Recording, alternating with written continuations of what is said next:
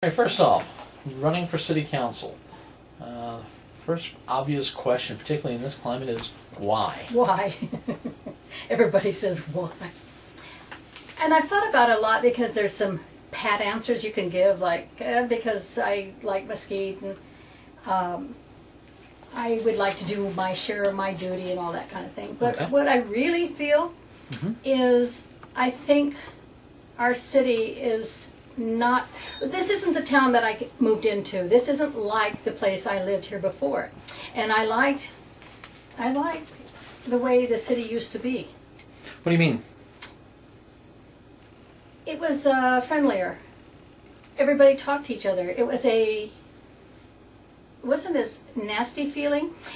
Okay, my platform says that it's agree to disagree. I feel that that has probably been one of the biggest things that's happened around town is everybody thinks if you don't agree with me, then I'm not going to talk with you anymore. I'm not going to discuss anything with you because you're wrong. And I don't like that negative thinking that we have. Now I know that's being used in other areas, but it really is a negative thought. I like the fact that you might disagree with my ideas because this gives me information on how you think. It also allows me to see how other people think, and so maybe it'll change my opinion.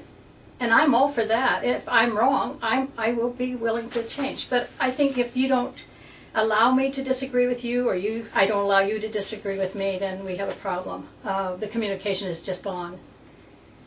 Okay. You ran previously for city council, and you, when you finished with that campaign, you took a pretty long break before you jumped back in.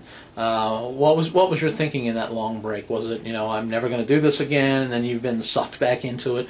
What transpired then, and how have things changed today that led you to try this again? After I didn't get elected, or in the primary even,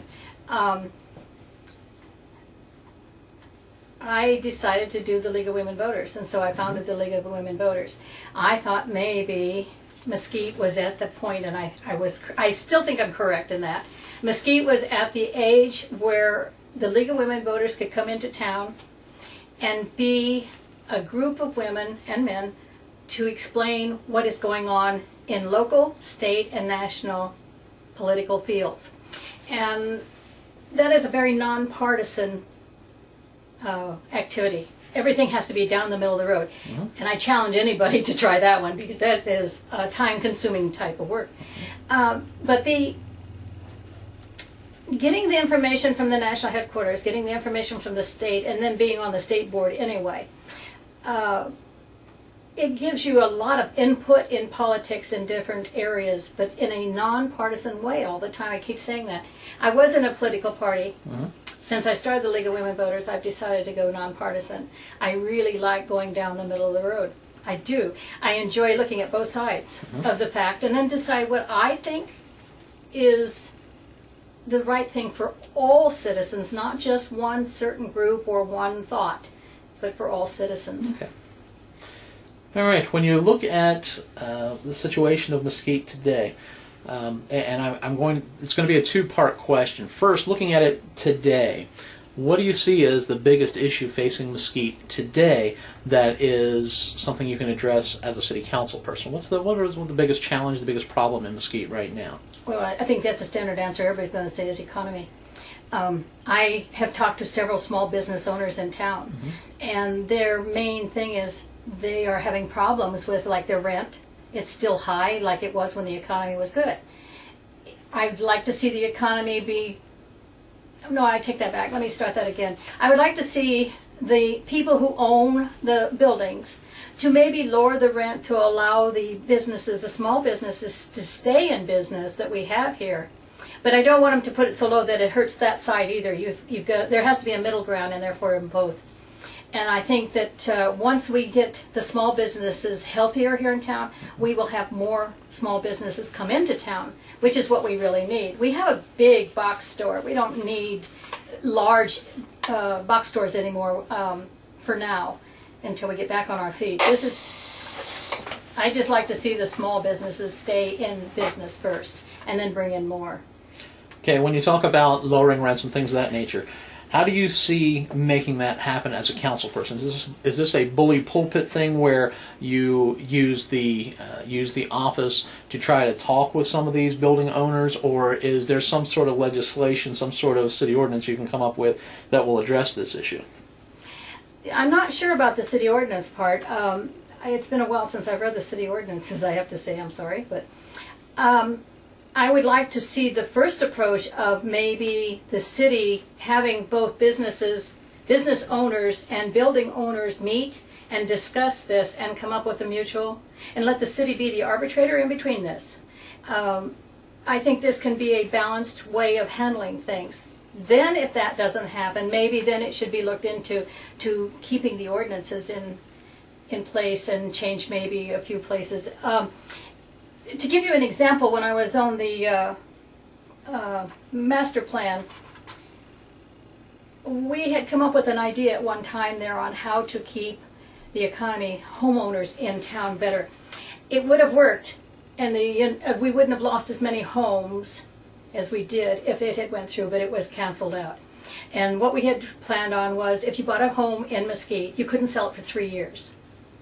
Okay, this keeps out the investors that came in and raised the prices so outlandishly high that nobody could afford to buy or sell a house after that. And when the bottom dropped out, these are why these people ended up leaving, because they had bought the houses at such a high price. That could have been stalled.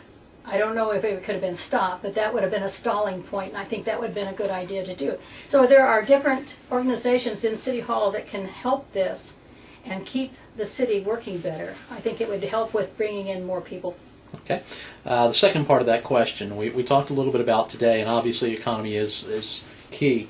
Trying to look into your crystal ball 5 years down the road, what do you see that's going to be facing us, or what we should be focusing on in preparation for 5 years down the road, 3 years down the road? What are some of the issues that we're going to be staring down the barrel of that we need to prepare and plan now? Ooh. This might not be quite the answer, but I'm talking to both Democrat and Republican parties that are doing the redistricting in the state of Nevada. Mm-hmm. And I agree with our city lobbyist, Randy, when he came in and said, we need one voice. I think Mesquite has become a city or a town, a large town, that should be on its own and have its own senator, its own assemblyman, and I'd like to see that combined. And I have been given a map from the Democratic Party. I haven't gotten a map from the Republican Party yet on how they would like to change us. And I think as you look down the line and you look into the future, as you're saying, Mesquite is going to grow again. There's no stopping it. It's just too nice of a place.